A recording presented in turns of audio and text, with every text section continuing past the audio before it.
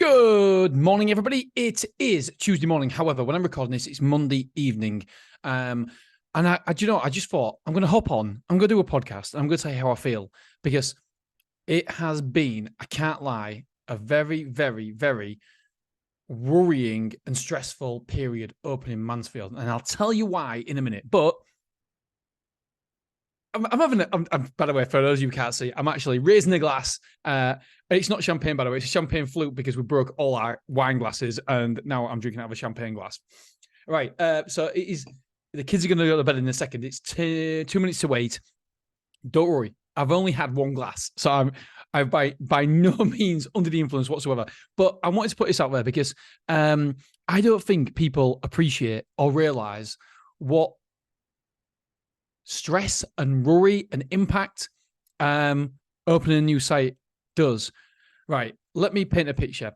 Mansfield, first of all, when I first looked at it, I thought, do you know what? Absolute no-brainer. This is a beautiful site. I got some professional advice as well. And everybody said, Dean, it's a no-brainer. My accountant actually looked at it and said, because I was umming and ahhing, and he said, Dean, on the figures, I think this is really good. And this is the accountant who's normally risk averse and just by nature just very much wants to make sure that everything is correct, all the I's are dotted and T's crossed, and making sure that protecting me really. Dan Bradbury said, Dean, it looks, if you're right with your figures, then this looks an amazing opportunity. But it's okay, everybody's saying that it's an amazing opportunity. However, the shop fit alone has been 500 grand, over 500 grand. And a lot of that I've had to borrow. But to borrow that money, I have now a charge over my house. It means if anything goes wrong, I could potentially... Now, I've had advice saying that if you've got people under 18, then they can't take your house off you. But then some people say you can. I haven't looked into it, I'll be honest. But I still got a charge over my house. I've still got personal guarantees on top of that charge over your house. Now, I know that everybody has a charge over their house with a mortgage if you've got a mortgage.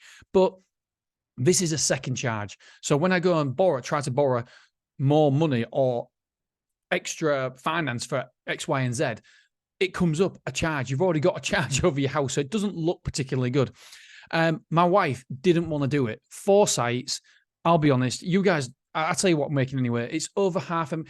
When everything's paid off, when every site is mature, at the minute, our EBITDA is over £500,000. Don't get me wrong, we don't take that home. We don't, from a long way away from taking that home, because we've got finance to pay. And so there's a lot of it is going back to pay off for finance. But we are good. We're very much good. My wife said, what is wrong with you? Why are you chancing? Because literally opening Mansfield, the rent is 120 grand a year. The rates are 60 odd grand. I probably get them reduced in the fullness of time. Then the borrowing, putting the charge over the house, and there's the electric charge that we've got to pay. Then there's the water. There was the gas that's there. They've still got a gas meter there we can't take out unless it's going to pay 15 grand or something. And so there's a lot of charges. Plus, I need to borrow £500,000. Just for the first phase, by the way. That's only phase 1. There's going to be phase 2, phase 3, phase 4. Oh, no, sorry, that's a lie. There's going to be 2. There's going to be phase 1 and phase 2, and then there's going to be containers. It is going to be well over a 7-figure investment. And my wife said to me, why are you doing this? When's enough's enough? Why are you risking everything the family's got? And I'm like, oh, yeah, good point. Why am I doing that? Why? What? We're good. We're good. I could just shut up shop now and just... I don't know, be good for almost the fullness of time. But the problem with good is it's the enemy of great. You have to get through good to get to great. And that's why very, very few people get to great, because good is nice. It's cozy. It's warm. You get good at your job. You get cozy in your job. And you know what you think? Do you know what? I'm not going to start my own business. I'm not going to go for that other job because I'm good here. Good is the enemy of great. And so we need to get past good. And by the way, if good's good for you, that's great. But I had to look inside and think, do you know what? That's not for me.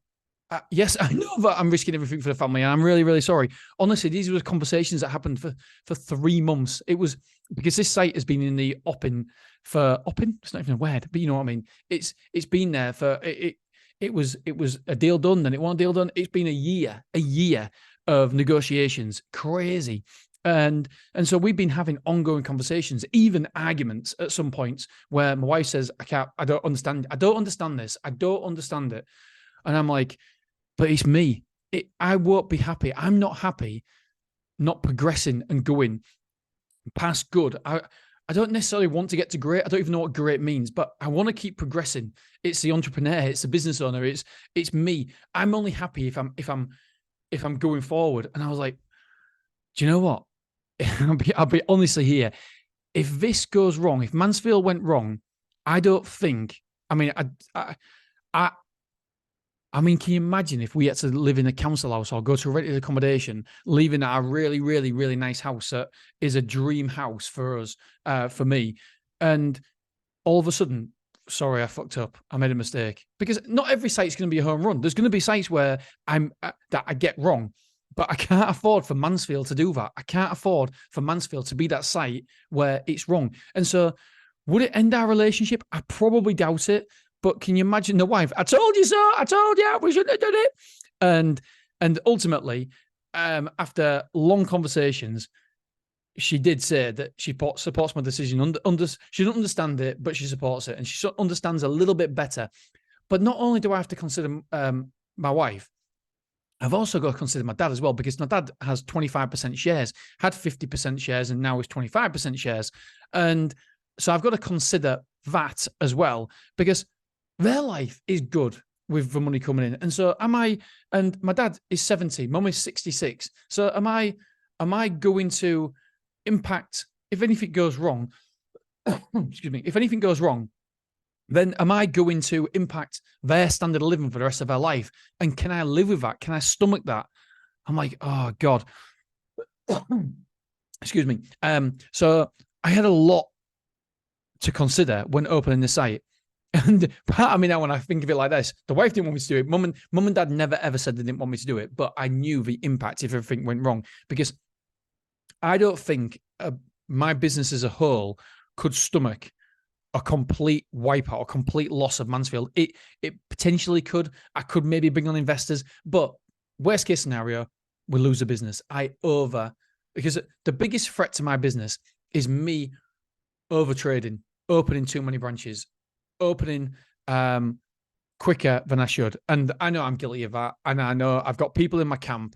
I've got people like Dan Bradbury, who I really, really respect, because I pay him a hell of a lot of money a year, but I know that he's going to potentially stop me from overtrading. So it's worth the investment for me in him to help me stop overtrading. And so my point is here that it was a really anxious and worrying time, because everybody's like, oh, not everybody, but people just expect it to be easy when you open a self-storage, or they only see the highlights. I don't like when we've done 9 reservations today when I'm recording this. It's amazing. But nobody sees the risks that people take, and nobody sees the other side.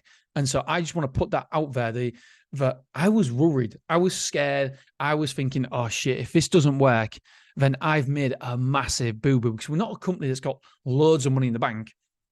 We use debt to grow. That's the only way we can grow. It's the riskiest way to grow, but it's the only way that I can grow. Well, I could take other people's money and I could take investors, but that means I've got to give equity away. And I don't want to give equity away. So for me, it is the only way that we can grow is by debt, but debt equals risk.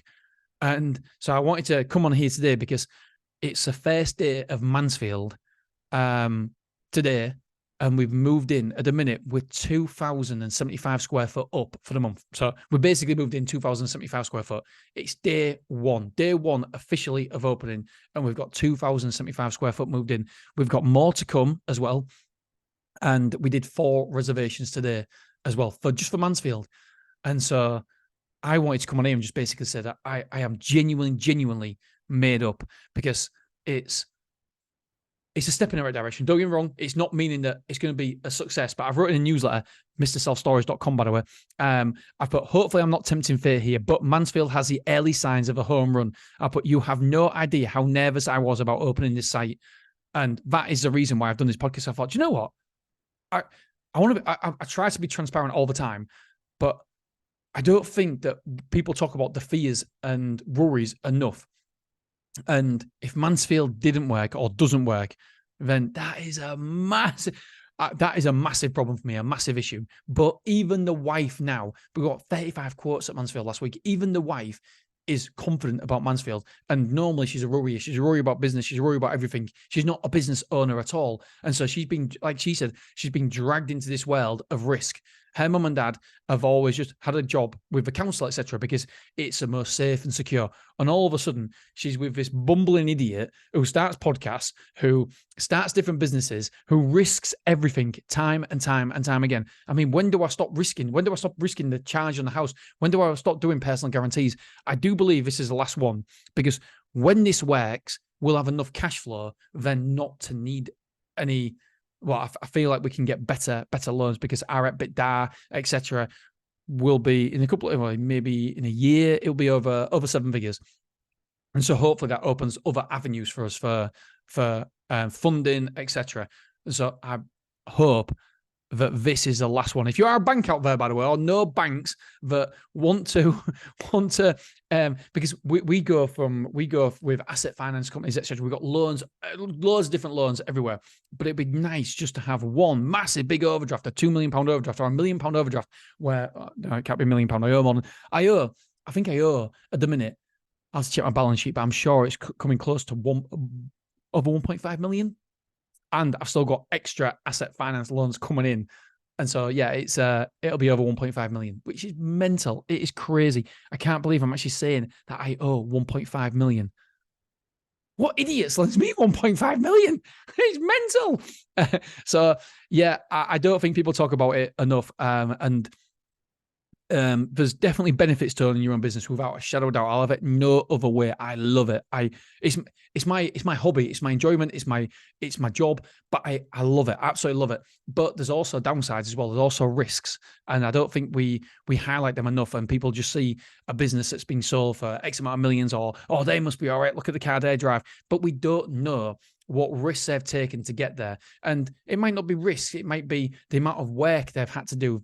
What have they sacrificed to get there? Because I can tell you, honestly, I do think that as a business goes, it's very worry-free. No, it's not worry-free, but it's fairly consistent because it's repeatable business all the time.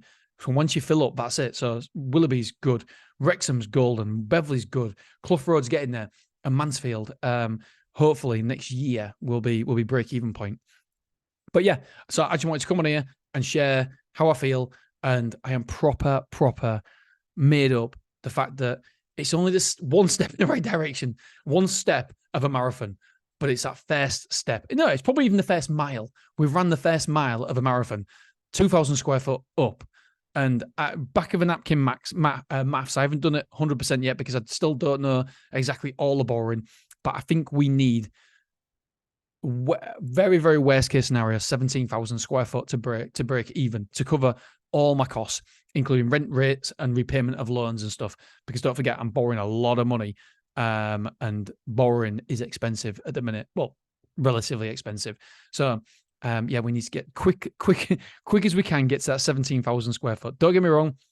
I think it'll be a lot less because of revenue management. I've done a very, very small price per square foot with that 17,000 square foot, a very low price per square foot. So I don't think it'll be as much as that, but yeah, 17,000 square foot, hopefully in a year, and I'll be one happy boy. But we started in the right direction, and yeah, I just wanted to get across there that it's not all sunshine and rainbows and fancy holidays, etc. There is a lot of stress and worry that goes into it, and risk.